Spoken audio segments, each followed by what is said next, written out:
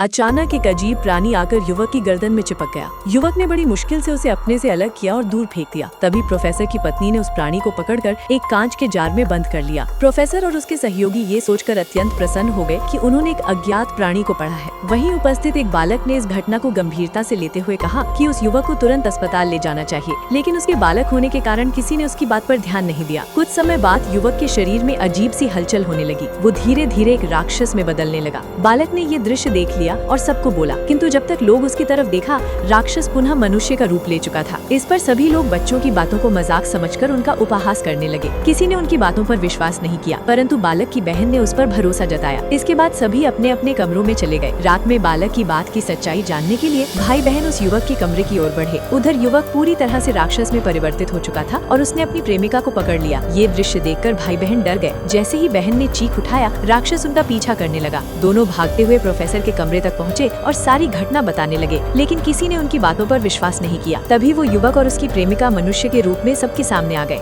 ये देखकर भाई बहन स्तब्ध रह गए। बहस इस हद तक पहुंच गई कि सभी लोगों ने मिलकर भाई बहन को रस्सियों से बांध दिया। उसी क्षण पीछे से युवक और उसकी प्रेमिका फिर से अपने असली राक्षसी रूप में प्रकट हो चुके थे।